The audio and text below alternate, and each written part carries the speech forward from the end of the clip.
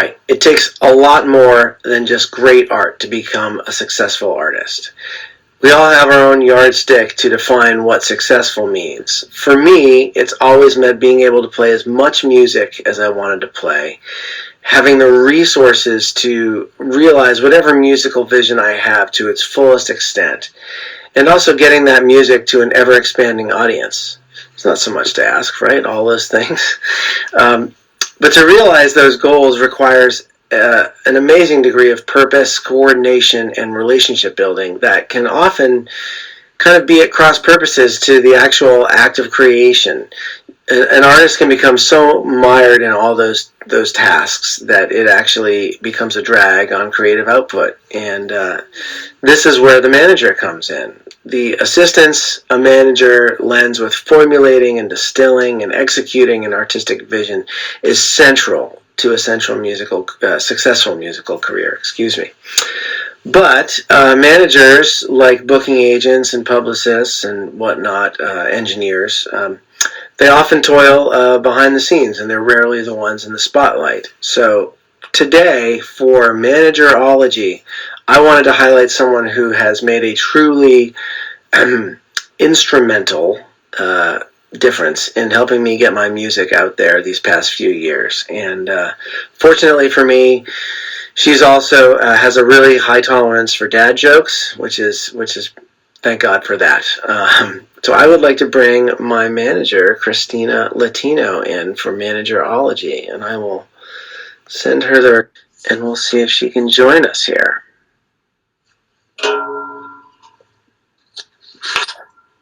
Hey! Instrumental. Come on, it wouldn't be a talk with me if there wasn't a dad joke or four. I know, so true. Hey, look at you in your office with all your wonderful pictures in the background. Heck yeah. It's a brand new, much nicer background than I have had for the last 6 months, so I'm very happy about it. A background, like, that's a pretty premium thing to have these days. Everyone needs a good background or a green screen, I guess. I have a pretty awesome table lamp here also. Ooh. Yeah. Nice. I met a person on the street who gave that to me last week. I was like, yes, I will take this. Thank you. That's amazing. We should start by kind of telling the good people of Instagram where and when we started working together. So you started out kind of in sound and working various jobs at Passim, right? So we would have met there. Yeah. But we didn't start working together in a kind of more professional capacity until, regularly at least, until it was the mixtape Kickstarter campaign, right? Yeah, that's right. And I think I had known who you were for a number of years at that point, just working at Passim. I started working at Passim when I was like 22, so there's a lot of fear around like the Passim celebrities. So I think I had seen you play a bunch of times, but probably hadn't spoken to you really. Yeah, okay, fair enough. But yeah, I think Zach introduced us. I just quit the job that I had been working to try and start freelancing more and working with more artists. And Zach was like, "You should really talk to Mark," and told me about your new album of covers. So yeah, it was the crowdfunding campaign. Yeah, and you, I mean, I had done crowdfunding campaigns before that, but you were really instrumental right off the bat, like in terms of helping me diversify like what I was offering people and how to maximize my kind of efforts. You know, those, like I was talking about, all those tasks in the introduction, like they take away from the music making, from the art, and if you don't have anyone else to help with them. And sometimes you can't even really conceptualize of them on your own. So when you came in, I was like, gosh, do I really need someone to help me do like something I've already done a couple times on my own before, and it was always successful. But it was absolutely worth it. The mixtape campaign was so much more successful than I'd ever dreamed of, and it was just really great to have someone to bounce something off of and say like, that they could say, like, that's a terrible idea, Mark, or I don't think that's going to work the way you think it's going to work. But, after that all went really well, I think I probably brought up the prospect of you managing me, and you said, well, maybe I'll be like special, was it that our special projects manager phase? Yeah. Short-lived. I was very resistant to the idea of artist management at first. I think because, kind of like you were referencing, it's a lot of different jobs in one, and I think it's very kind of opaque. Like, for me, having my first job, having been running sound at Passim, it felt very easy to understand the value there. Like, right. An artist wants to play a concert, they show up, I help them do it well, they get to do what they love and go home with money. Like, hopefully everybody wins. And, you make an audience happy. And I feel like management, I was like, I don't get it. Do you just, like, give advice to artists? Like, it's very hard to kind of understand what artist management is until you start doing it. Absolutely. But, yeah, I remember I went to Folk Alliance, which is, a great conference every year for artists who work in kind of, like, the folk Americana songwriter world. And that was during the short-lived period where I was calling myself your special projects manager. And, like, no one would talk to me. They were like, so do you represent Mark? Like, what? Are you his manager? And I was like, no, I'm not his manager, but, like, I can make things happen for you. They're like, everything he does is special. What does that even mean? Yeah. But I came home and I was like, oh my God, that was such a bad idea. All right, fine, let's just do it. Let's try it. So it wasn't, I guess it was kind of both an evolution and just a kind of crystallization of, like, screw it, let's just do it, It sounds like it was a little bit of both. And I understand, like, where that opacity kind of comes from behind management. One, because usually most people don't do things like this with their managers, like put them out in front in the public, like they're kind of behind the scenes, like almost by design. And yet, like, a lot of those artists that you were mixing sound for at Passim and interacting at Passim, a lot of them might never have even gotten to the level of being able to play at a club like Passim without a manager. I mean, it happens, but a lot of times management can be instrumental in even getting these artists to that point in the first place, or helping them get to that point in the first place. So, yeah, I'm not surprised that it seemed like kind of a big jump. It's a big decision from an artist's perspective too, to be like, okay, I'm going to, like, manager implies someone, like, that's in charge, like and in a way you are. I mean, you take care of an awful lot of things, but, like, I think in arts, like, managers kind of work for artists, like, yeah. I mean, basically, it's obviously a partnership, but for an artist, it can be a very tough thing to say, like, okay, I'm going to allow myself to be managed. There's a high degree of trust there, and sometimes when the relationship doesn't work out, it's because an artist didn't want to be managed by that person. Yeah, like you said, though, like, it is, the artists always have to be in the driver's seat, and I feel like that is the thing where once, I'm just so grateful that you, like, took a chance on a new manager, because I feel like, I mean, it's kind of the dream for someone like me to come in and, like, learn how to be a manager with an artist who already had, like, an extremely robust career, and, like, a million connections. You make it very easy to learn. But, it's like, as I realized that I wanted to keep doing it and took additional artists onto my roster, it's like, you learn pretty quickly that you have to pay a lot of attention to what each artist wants for their lives and for their careers, because everyone's, personalities are so different, goals are so different, and that if you have just, like, one style of management for all your artists, like, you're not doing anyone good service. Like, you have to really listen and try and be, like, very keyed in to the different ways that your artists all want to work and want to form a career.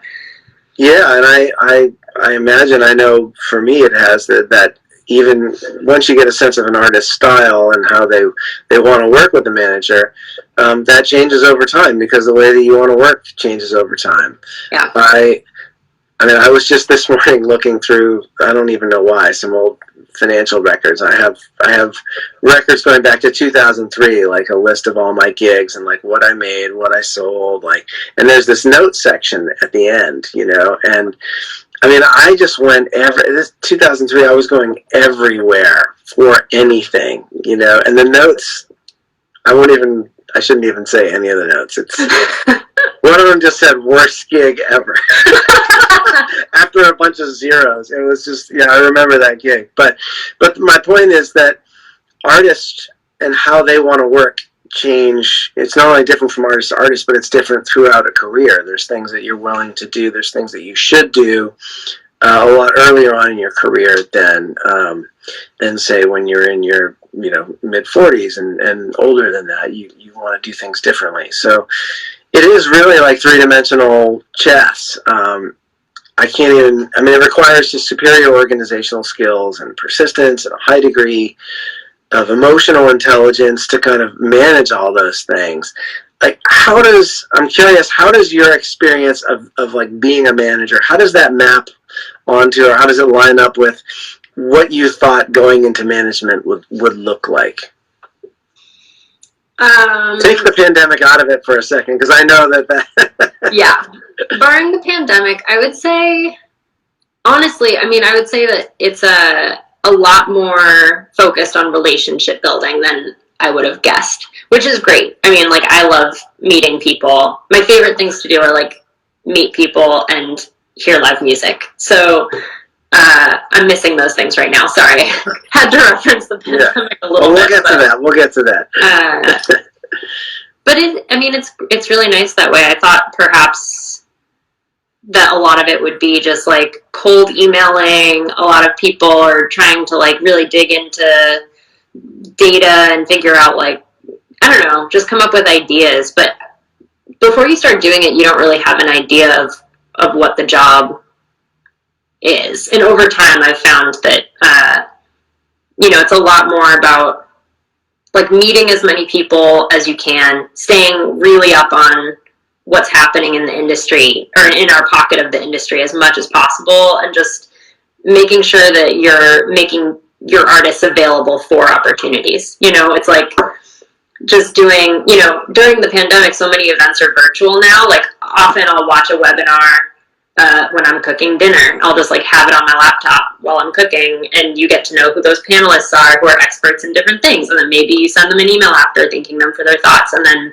maybe you connect with one of them, and maybe that turns into something for your artist 2 years down the line. And I would say something that really surprised me is the amount of time investment involved in all of it before you can really like see the rewards of the work you're doing. Like, you can do some work now. I could do work this week that might turn into something great for you or for Haley or Katie or someone, like in 2 years, and that'll be great, but you don't know until, so you just have to do your best all the time. Oh man, that's so true. And that also kind of explains why it can be really hard to find a manager, especially for like an artist that's like just at the very, very beginning of his or her career. It's just so much work, and it doesn't always, it rarely pays off on any kind of immediate measurable timetable, so you just, you do have to just, there's a calculus there of what you're willing to undertake and who you're willing to undertake it with. Someone, our friend Donald Cohen here, is saying managing sounds like community organizing, and it really does. Yeah, absolutely. Yeah, I'm grateful that you're really into going to listen to music and meeting new people, because that is basically what it is. And it's funny. As an artist, I am a very social person, but we've talked about this before, I'm an introvert. I hit a wall at a certain point. And interacting with, meeting new people beyond a certain point that I've worked to kind of increase over the years, but beyond a certain point, that is just, it just doesn't, I just can't do it. I just cannot do it. So to have someone that is always excited to meet new people and understands, what needs to happen there, which I don't know. Sometimes I'm just like, what do I have to do to go to sleep? Yeah, so I don't have to get up on a stage and like pour so much energy out into entertaining people. Like, I feel like that is one of the toughest things that artists do, is play a show, get off the stage, go to the merch booth, and meet the people who just heard you play. And I feel like it's like two different brains. Yeah. I said, though I would give anything to do that right now, I mean, like stay at the merch table and talk to literally everybody, even grab people in that didn't want to talk to me. Be like, who are you? But yeah, I mean, that division of labor it makes everything so much more efficient. And I had kind of flirted with a few different managers over the years, and it's interesting you were talking about like taking a chance on a younger manager kind of just getting into it. I tried to do management with people that kind of older, all guys. They were always old guys, and it just ends up. They were kind of like, it was like a father figure sort of thing, and I don't think they really meant it they didn't really mean it in a condescending way, and they were good people. I'm still friends with a couple of them, but it just didn't feel like something that I could grow with, and I also, conversely, I didn't really have a lot of interest in like having and being the one who knows like more all the time, and so I was looking for a younger kind of really motivated, smart person, and I just thought like, well, probably how am I ever going to find that person, and here you are, and it's like, I've definitely taught you some things, but I've definitely learned at least, if not more, from you in areas that I would never even thought to look. So to me, that's a big part of a successful managerial relationship. Well, thank you. That's super nice. It's funny, I think that having a woman manager, it's a really good match for me. Again, like, men can feel condescended to too. I mean, even as a white, now middle-aged man, I mean, I feel like men have basically, especially white men, have like all of society handed to us, and we don't always like do a great job being a steward of that, And so I just find that, like, I mean, my whole team is women basically. Yep. Except for Zach. I mean, I've worked with female publicists. My distribution company is female run. Management, my booking agent has always been female. I just feel like women in general fight harder, and unfortunately, it's because they have to. I feel, and do you feel like that? I mean, that especially in this industry, that's true. Yeah, I do. I definitely do. But on the flip side, I also think I've been very lucky to like. There are a lot more women joining the ranks of the industry right now, and it's changing. Yeah, I think bringing a different level of like collaboration and positive energy and hard work with less ego. I'm making a whole bunch of generalizations right now, but I mean, I also really love working with women, and in my personal experience, it's just been because like you don't have to fight for a baseline of respect quite as hard right out the gate. It's like there's some assumed mutual respect that then hopefully you build, or maybe you see decline if things don't work well. But like, yeah, I think it's funny that you say you like having a team of women, because it's like I feel like you're like legendary with a lot of the like younger women songwriters in the Boston scene coming up, as someone who is like super supportive, finds opportunities for younger artists. Like I mean, just a lot of the younger artists who I know and work with, like, really admire not just your art, but also like that attitude of mentorship, which is like so. You just really like actions speak louder than words is really what I'm trying to say, and like I feel like you live up to that in a big way. Well, that's because I want to open for them when they're huge stars someday. Oh my God! Don't say that on the Instagram Live, Mark. No, it truly is because like I had people do that for me, and that's part of what you pay forward, and yeah, I feel all that stuff you were talking about. I also feel that like when I meet a guy in like the music business, and there are like smart, sensitive, creative, amazing guys, I'm always like, oh, well, he's not a dick. He's actually like, oh, maybe I'll listen. Maybe he's okay, like, but I kind of just start with the like, don't come to me with like all guys. Like, it's not going to be good. It's not going to be creative. It's not going to be as kind of diligent and hardworking. In my experience, that's kind of how it's been. So I feel like you're my secret weapon in that regard. Yeah, I will say though, I do feel like the Americana adjacent pockets of the music industry tend to be like, in my experience, have been pretty welcoming, and there's like a lot of opportunity for new voices I think, which is nice for men and women. Like I'm a part of like a management collective right now. We do these like virtual meetings every other Thursday, and the gender divide is super intentionally like very 50-50, and it's awesome. It's like great to meet a bunch of new managers and more experienced managers, and really people who have all kinds of attitudes and identities, and it's super fun that way. I mean, you bring up a really good thing that I wanted to talk about, and that's that like artists have other artists, more established artists, that take them under their wing. They take us out on the road, let them open for them, travel with them, whatnot, and you learn things from watching those artists night after night. Like, but that also happens behind the scenes too. Who are some of the managers that have kind of been mentors for you? Like, is there anyone that really sticks out?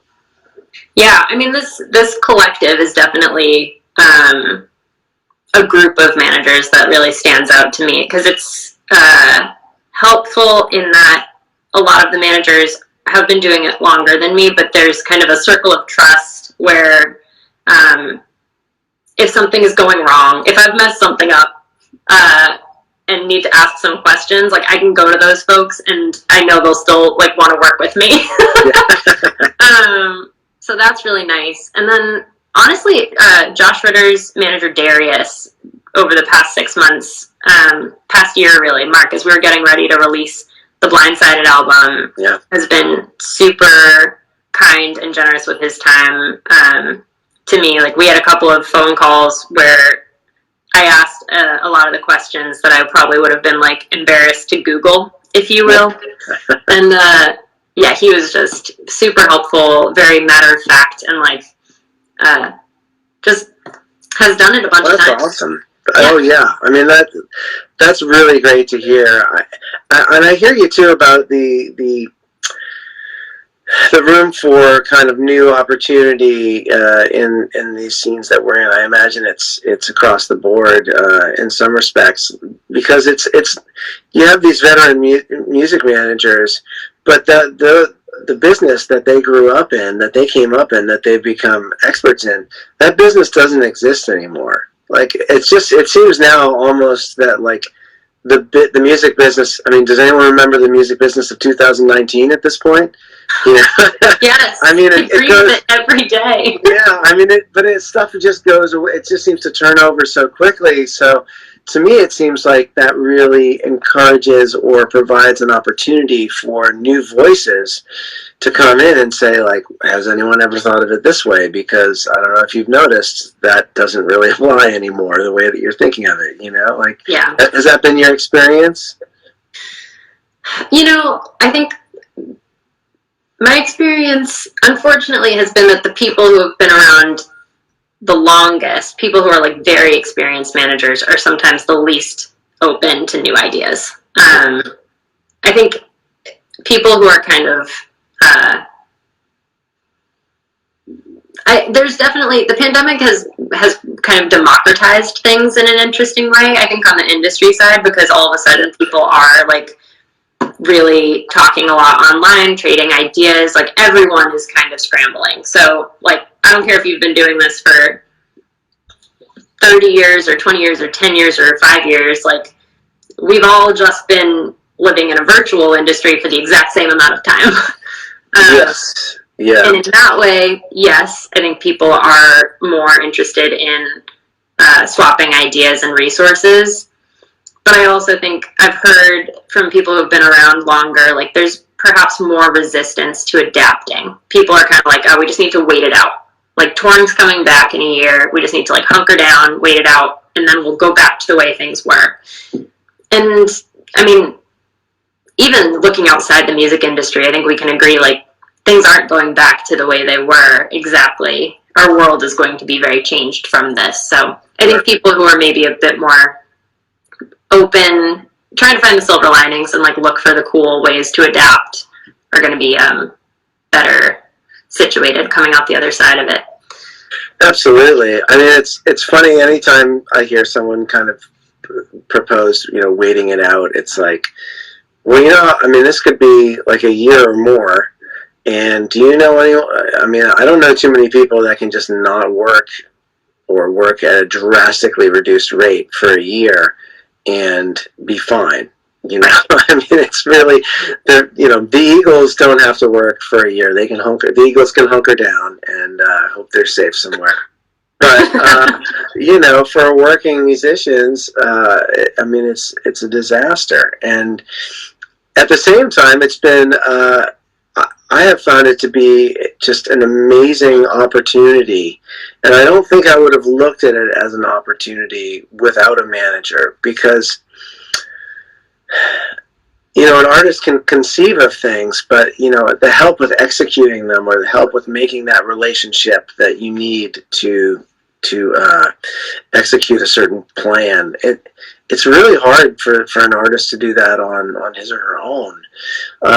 So, for years, I didn't really think about strategy in my musical career. I didn't think of in terms of short-term goals or medium goals or long-term goals.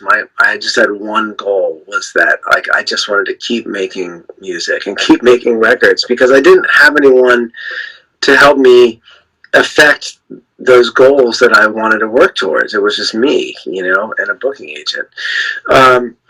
So, for me in the pandemic, I was not expecting it to feel like a little bit of, at least on my best days, as like a creative opportunity.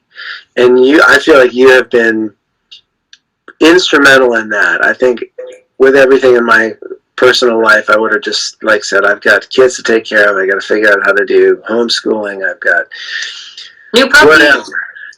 A new puppy, yes. I've got to deal with that. I don't have time to be creative about envisioning my job right now.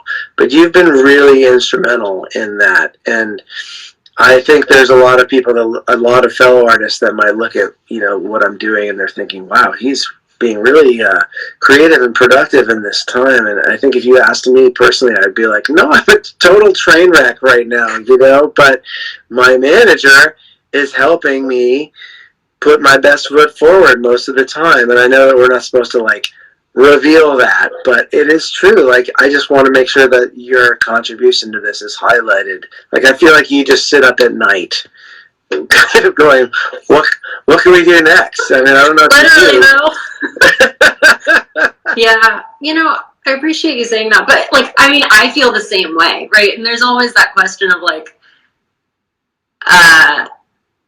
how much do I want to say to an artist I work with? I feel like I have no good ideas right now, and I'm sad every day because I just feel like our industry is at a standstill. There are days when I'm like, everything sucks. Let's watch Disney movies. Yeah.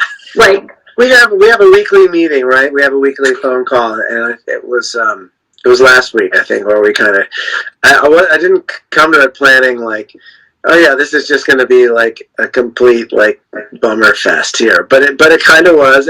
But that's where I was feeling. You obviously didn't have enough energy, or you were feeling that way too, to like pull me out of that direction. So we just kind of like, it was just a sad fest for like 45 minutes. I was like, all right, well, we'll try again next week. Like, I do think it's important, like optimism and constantly, trying to strive to get a little bit further in is important. But it is also, especially now, important to just sometimes be like, you know what, I got nothing right now. Like, can we just try again tomorrow? Yeah. And to be fair, this week we had ideas. We did. I know. They come back. Back if you give them time. Sometimes they can't be rushed. And I guess that's. I have a question here of like, are there any positive aspects to the pandemic? That's one of them. I mean, as we kind of wrap up here, like what do you look forward to as a manager? I mean, I know that is fraught with like, I just look forward to the pandemic being over. But like, if we can kind of do a thought experiment here, like what do you look forward to most? Yeah.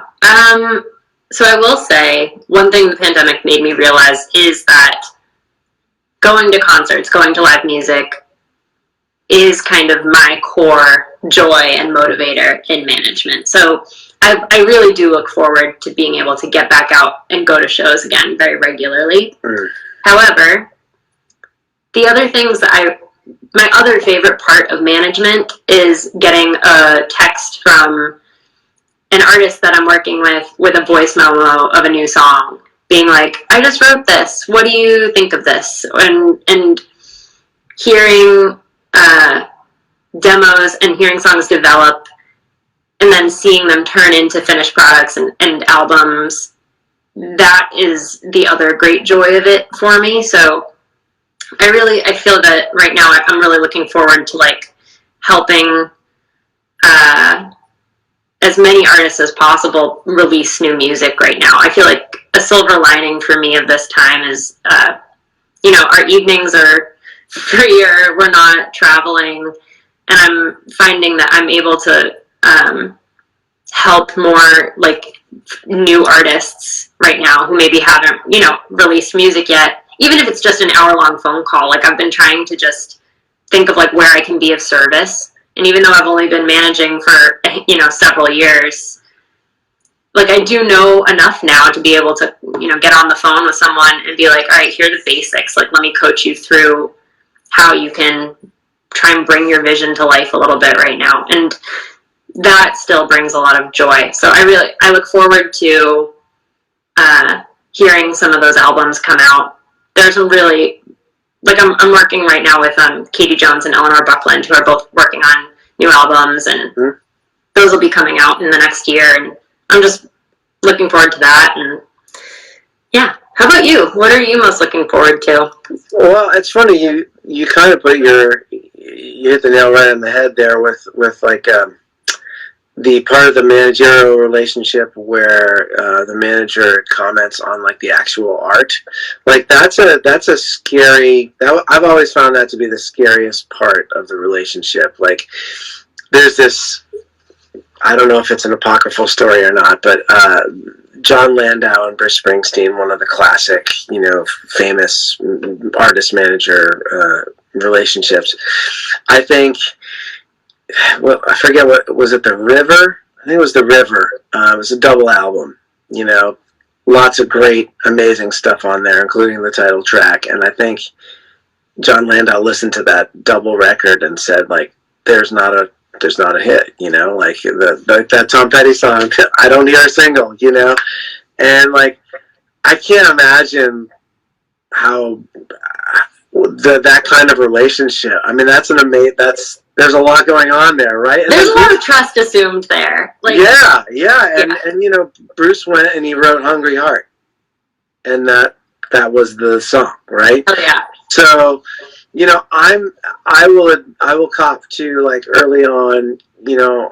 I think I asked first, like, we should think about management, but I definitely, there was part of me that was like, I don't know how much of the creative thing I want to, like the actual music I want to discuss. Like there's other ways to be creative in the marketing and the release of stuff, and I wanted help with that. But like, I didn't know if I wanted to hear anyone say to me like, I'm not sure if that's a good enough song, or you should maybe consider re-recording your vocal on that. You know, that's art.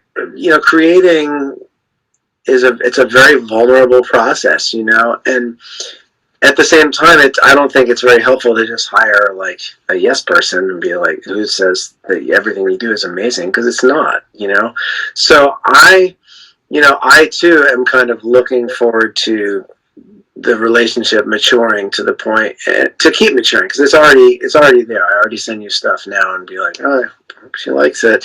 I look forward to that, the maturing of the relationship, where that feels even more comfortable and more second nature, and I just know that, like, oh yeah, Kristina, she's got my back. Like, she'll tell me if there's something going on here.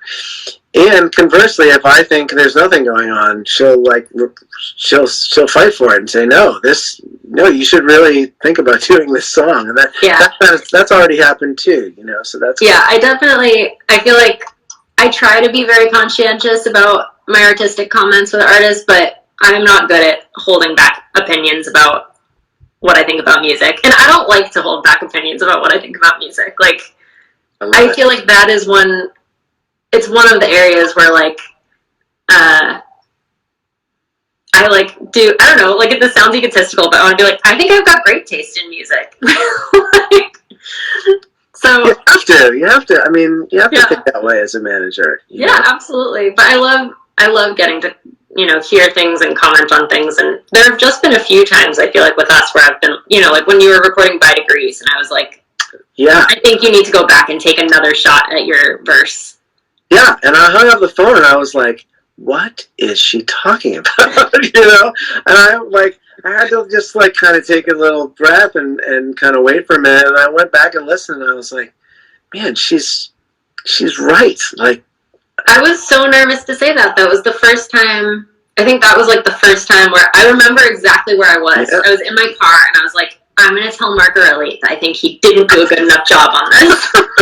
Well, you know what it was, and I remember this now because I recorded my verse first. Yes. And I hadn't heard what everybody else did.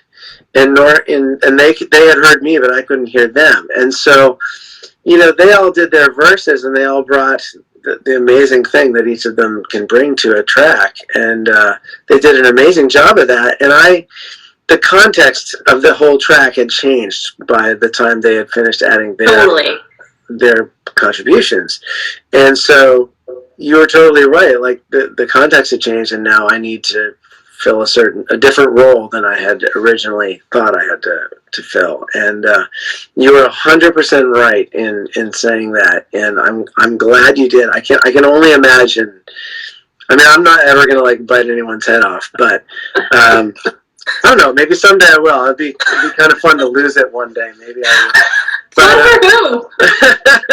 But it's still someone that it creates, very intentionally and is very deeply connected to what they do. It's got to be tough to say to them, like, I think you can go deeper, and I'm so glad you did. And I guess I just kind of look forward to more moments like that, of like you being able to remind me that I can be better, and I think I said that to you when we started working. Like, I'm going to come off as very opinionated sometimes, like I've got a lot of experience doing what I do, but I do want you to tell me when I've kind of calcified into certain kind of ways of thinking that maybe were for earlier versions of the music industry, and that aren't, patterns of thought or behavior that just aren't helpful anymore. And I feel like you do that all the time, and I'm grateful for that. Thanks. Not that often. You're pretty on it. Well, I'm trying to stay up on what the kids are doing, but yeah. Oh my God, me too these days. God. We still haven't had the What is TikTok Twitch? conversation. I don't know what to do with TikTok, but I'm sure someone will tell me sooner or later. Yeah. I got an email about Twitch this week, and I was like, oh no. A new thing. Oh my God. Yeah. Well, the new things will keep coming, and I guess that's something to be grateful for on a certain level. And I'm grateful that I have you to help me navigate the new things as well as the old things. Right back at ya. Yeah. Well, thanks for doing this. And this was partly your idea to begin with. This whole season, like, you know, this came out of one of those team meetings with my wonderful creative, just happened to be all women team. So. True. I love it. We'll have to get some more of them up on this in different episodes. But until next time. Totally. All right. Tell hi to the family. I'll see you soon. Will do. All right. Thanks, Kristina. Thank you, Mark. This was fun. Goodbye. Bye.